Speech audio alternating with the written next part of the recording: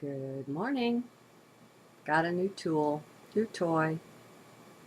Okay, this is a journal from September 5th, 2010. First one of that day, the Mayan day, was 11 wind. And this is called No Part of Mankind is the Enemy. God, how beautiful people are. It's amazing they don't see it. And so often they don't. Their own shiningness right there to be seen. Oh, well, it's a mystery. I'm sure it's all right. What a delight, though, that so many, seemingly each day, are simply waking up. Oh my God, was there ever such a time? I think not. Not that I can read Akasha or anything, the Akashic records. I don't presume to know this, that there never was such a time. It's rather amazing, actually, for history is well known for being a repeater. While it is always possible for it to be in a spiral formation, and to have the repeats occur on the next level above, as long as beings are mind-centric, it is so often a circle that they make, or going down on that spiral instead of up. Well, I don't understand it, why it is that we have this oh so beautiful time right here. I hope you're not waiting for 2012, my friends. If you are, you're blind. Look around you. It's here, and it has been for some time. Wake up to it. Few things from heart. Okay, so I must flow with and offer up immense gratitude in the presence of all of this. We are so blessed, stunningly so. I feel for those people caught on the surface of life, like on flypaper. They're just stuck. Mind is quite sticky that way. It's only the feet that get stuck, though, and the universal solvent for that is in heart.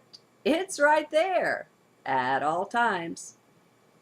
What if they gave a war and nobody came? What if even the dear beings in military service awoke? Wouldn't that be grand? Through the open eyes of heart, it is quite easy to see how things are. The divide and conquer way that's been used by the dark force to tie us up. It's so very clear and coming clearer. We've been polarized, folks.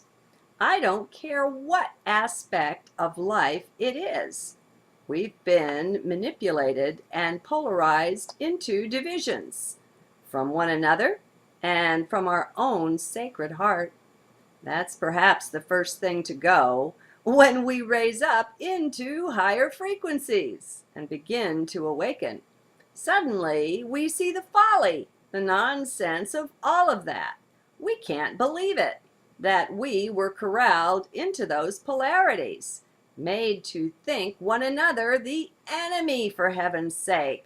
What a sick joke! We are brethren. Further than that, we are one. What the dark side doesn't see yet, hasn't learned its lesson on, is that you can only hurt self. Any hurt that is done to any part of life, barring none, ants and bugs included, is done to the self. Pure and simple this is, but it's not seen till we rise up above the 3D-ness of mind. That's when it's so clear. You are myself there, nothing less. That's not esoteric or theoretical. It's just a plain fact, and important one too. So, the dark side doesn't see this, or it wouldn't be dark. be in heart now to witness this. They're just hurting themselves.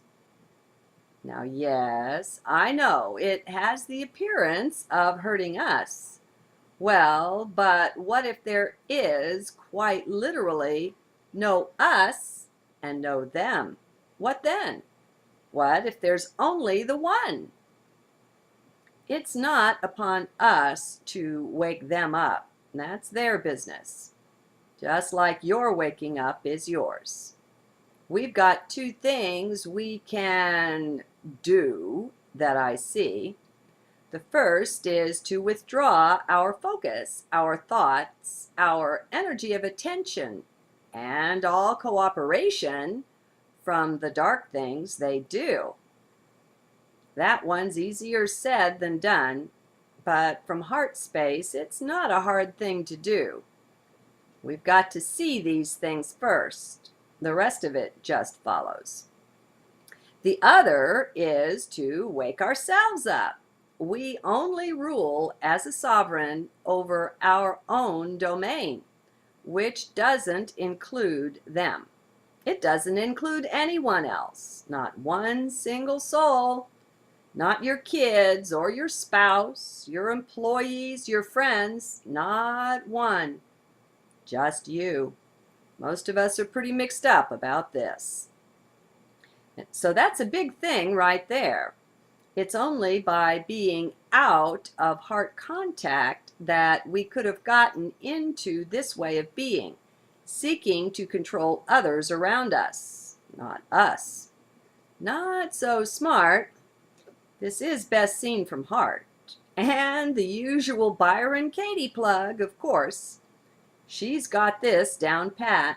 She teaches it best. I don't see how it could be done any better, any simpler than that, than Byron Katie's The Work. So, there are the two things we can do. I don't like that word too much. Now, before you gripe about how difficult they may seem, do remember, it's rare for me to talk about any doing at all. So just take them for what they're worth. See if your heart doesn't agree. Then observe. That's the thing, that observing. First, we get a gift from the cosmos. It comes to us from who knows where, often serendipitously, and we see it. We see something. That's the first part of the gift. We are stopped in our tracks sometime by the seeing. Okay, that's fine, as far as it goes. Too often, though, with people in mind, they want to run out and act right away on what they found. In their heart, they do recognize the preciousness of that.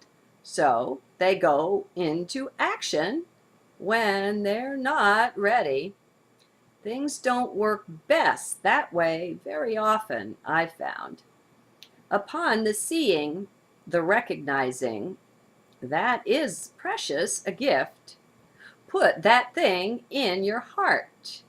Let your soul sing its gratitude softly within. Just ponder the new seeing. Just be with it a while. Stay out of action and stay out of the head with it. Next thing in my experience that is called for is a simple observing. Be with that thing in heart, whatever it is. Just watch life now from there. Just observe, nothing more.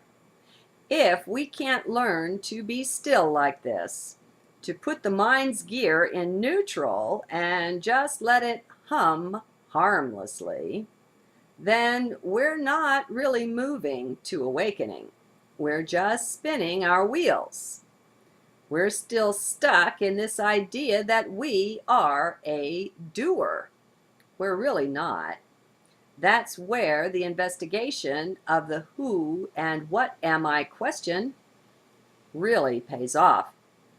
It helps to back off, not identify so much with the form, with the mind, with 3D. we see we're not that easily, if we're willing to be still, that is. Too many are addicted to some form of perpetual motion.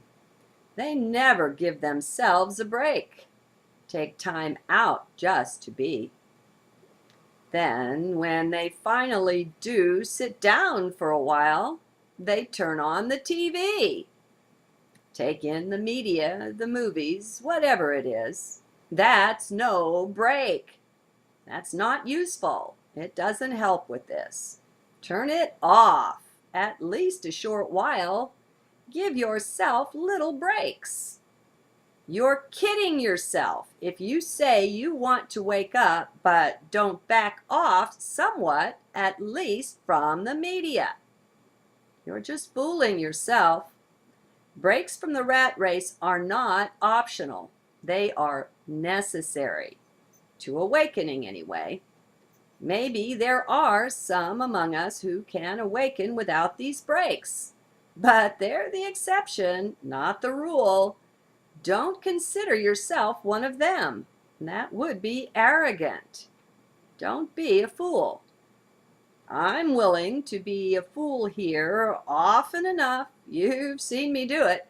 I'm not perfect. I've got clay feet, just like the rest of us. I'm no guru or holy one, no more than you are. But that's the thing. Don't you see? You are that. We all are. And we're meant to be. At the heart of us, that's what we find. Pure divinity. That's what beats our heart there. So anyway, let's make use of what wisdom, what useful knowledge we have already. Let's all go about realizing that we really are the environment.